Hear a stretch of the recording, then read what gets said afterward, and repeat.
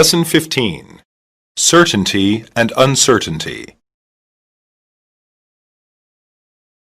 To be honest, I'm not certain.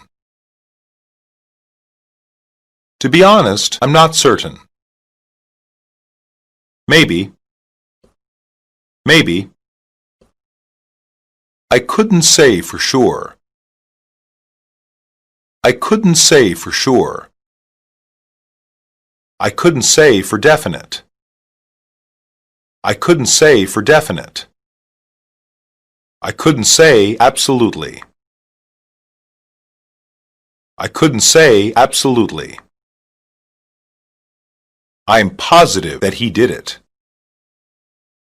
I'm positive that he did it. I'm certain of it.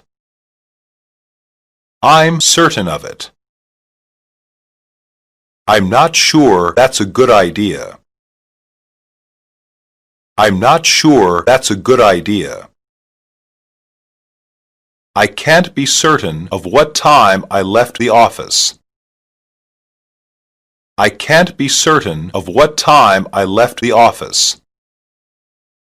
I've no idea where my shoes are.